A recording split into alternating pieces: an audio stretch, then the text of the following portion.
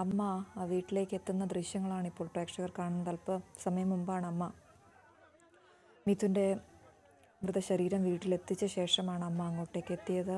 രാവിലെ നെടുമ്പാശ്ശേരിയിൽ എത്തിയപ്പോൾ അവർ തളർന്നു വീണ് കരയുന്നത് നമ്മൾ കണ്ടു. ഇളയ മകനെ ചേർത്ത് പിടിച്ച് കാറിൽ കയറി വീട്ടിലേക്ക് പോകുന്നത് നമ്മൾ കണ്ടു. ഇപ്പോൾ മൃതദേഹം വീട്ടിലെത്തിച്ച ശേഷമാണ് അമ്മ അങ്ങോട്ടേക്ക് എത്തിയത്. അവർക്ക് താങ്ങാനാവുന്നതിലും അപ്പുറമാണ് ആ ദുഃഖം.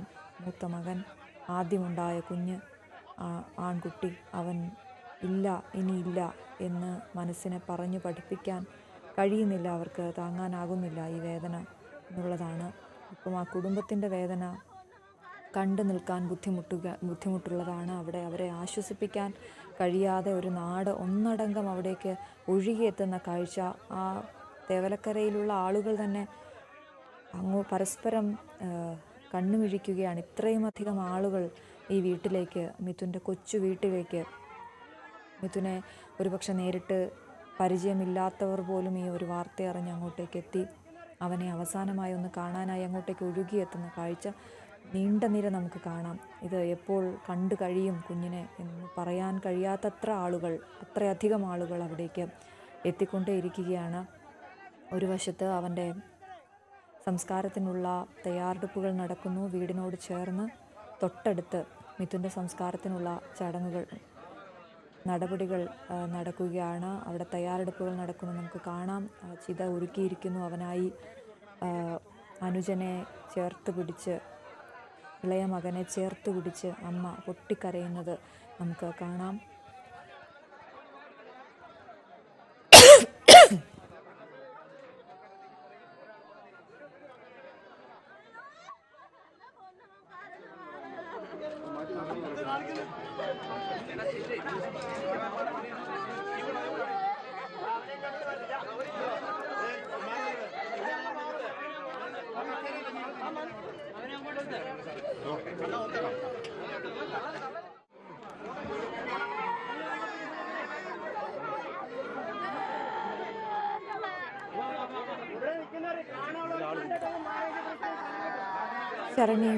ശരണ്യ സ്നേഹജനും വി അരുണുമാണ് അവിടെ വിവരങ്ങൾ നൽകിക്കൊണ്ടിരിക്കുന്നത്. അവിടെ കാണുന്ന കാഴ്ചകൾ അത് പറഞ്ഞറിയിക്കാൻ സാധിക്കാത്തത്ര വൈകാരികമാണ്.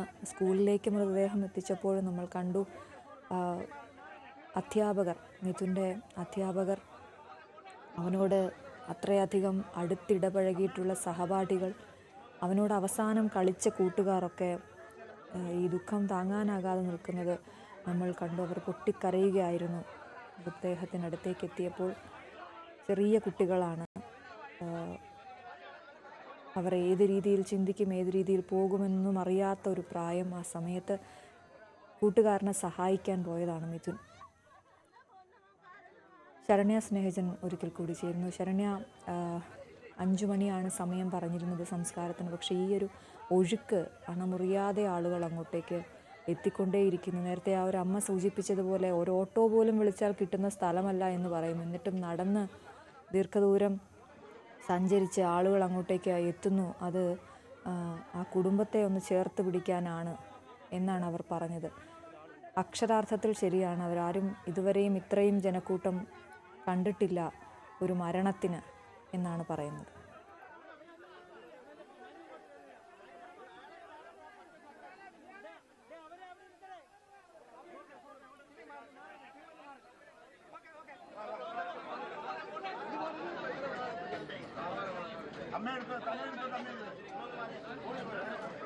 മിഥുൻ്റെ വീട്ടിൽ നിന്നുള്ള തത്സമയ ദൃശ്യങ്ങളാണ് കാണുന്നത്.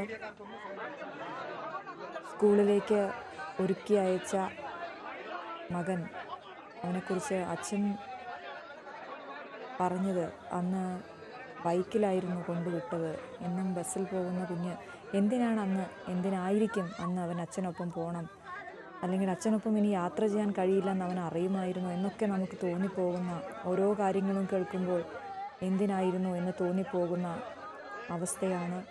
കൂട്ടുകാർ കയറണ്ട, മുകളിലേക്ക് കയറിയാൽ അപകടമാണ് എന്ന് പലതവണ പറഞ്ഞിട്ടും ഒരു തവണ മുൻവശത്തുകൂടി ആ ഷീറ്റിന് മുകളിലേക്ക് കയറാൻ ശ്രമിച്ചപ്പോൾ കാലിൽ പിടിച്ച് വലിച്ചു പോകരുതെന്ന് പറഞ്ഞ് മാറ്റി നിർത്തിയ മിഥുൻ എന്തിന് അകത്തുകൂടി ബെഞ്ച് ഇട്ട് ഇത്രയും വലിയൊരു അപകടത്തിലേക്ക് പോയി എന്നൊക്കെയുള്ള നിരവധി ചോദ്യങ്ങൾ നമ്മുടെ മനസ്സിലേക്ക് വരികയാണ്. എന്തായാലും അനാസ്ഥയിൽ, അധികൃതരുടെ അനാസ്ഥയിൽ, ഗൗരവക്കുറവിൽ, ശ്രദ്ധക്കുറവിൽ ഒരു ജീവൻ പൊലിഞ്ഞിരിക്കുന്നു. ഒരു ജീവൻ പൊലിഞ്ഞു എന്നതിനപ്പുറം ഒരു കുടുംബം അങ്ങേയറ്റം തളർന്ന അവസ്ഥയിലേക്ക് പോയിരിക്കുന്നു. അവരുടെ പ്രതീക്ഷകൾ മങ്ങിയിരിക്കുന്നു. മൂത്ത മകനാണ് ആ കുടുംബത്തിലെ വലിയ പ്രതീക്ഷയായിരുന്നു. ഇപ്പോൾ ഒരുപാട് ആശങ്ക നിറഞ്ഞ ഒരുപാട് രക്ഷിതാക്കൾ അവിടെ ഉണ്ടാകും. ആ സ്കൂളിലാണല്ലോ എൻ്റെ മകനും എൻ്റെ മകൾ അല്ലെങ്കിൽ മകളും പഠിച്ചത് എന്ന് ആശങ്കപ്പെടുന്ന, അല്ലെങ്കിൽ സമാധാനിക്കുന്ന, ഒന്നും പറ്റിയില്ലല്ലോ ഇതുവരെ എന്ന് സമാധാനിക്കുന്ന രക്ഷിതാക്കളുണ്ടാകും. എൻ്റെ കുഞ്ഞിൻ്റെ ചെരുപ്പെടുക്കാനാണല്ലോ അവൻ കയറിയത് എന്ന് വേവലാതിപ്പെടുന്ന അച്ഛനും അമ്മയും എവിടെയോ ഇരുന്ന് ഇത് കാണുന്നുണ്ടാകും. അത്തരത്തിൽ രക്ഷിതാക്കളെ ഒന്നടങ്കം നേരത്തെ വി അരുൺ സൂചിപ്പിച്ചതുപോലെ മിഥുൻ ഒരു കുടുംബത്തിൻ്റെ നഷ്ടമല്ല, ഒരു നാടിൻ്റെ ഒരുപാട് രക്ഷിതാക്കളുടെ വേദനയായി മാറുന്ന കാഴ്ചയാണ്. മിഥുനെ അറിയാത്തവർക്ക് പോലും, നേരിട്ടറിയാത്തവർക്ക് പോലും ഇത്രയധികം നെഞ്ചുലച്ച ഒരു മരണമാണ് മിഥുൻ്റേത്. അതിൻ്റെ കാരണങ്ങൾ കൂടിയാണ് എന്നുള്ളതാണ്. ഒപ്പം ആ സമയത്ത് അമ്മ അടുത്തില്ലായിരുന്നു, അല്ലെങ്കിൽ അമ്മ മിഥുനെ കണ്ടിട്ട് മാസങ്ങളായി എന്നൊക്കെയുള്ള അമ്മയുടെ സ്നേഹം അടുത്തറിഞ്ഞിട്ട് അവന് അമ്മയെ അടുത്ത് കിട്ടിയിട്ട് മാസങ്ങളായിരുന്നു. ഒരു നല്ല ജീവിതം പ്രതീക്ഷിച്ചുകൊണ്ട് അമ്മ ഹോം നേഴ്സായി കുവൈറ്റിലേക്ക് പോയതും യാത്ര പറഞ്ഞയച്ചതുമൊക്കെ ഇന്നലെ എന്ന പോലെ അവൻ്റെ മനസ്സിലുണ്ടാകണം. എന്തായാലും ഈ തിരിച്ചുവരവ് ഇങ്ങനെ ആയതിൽ വലിയ ദുഃഖം അത് ആ കുടുംബത്തിന് ഉണ്ട്.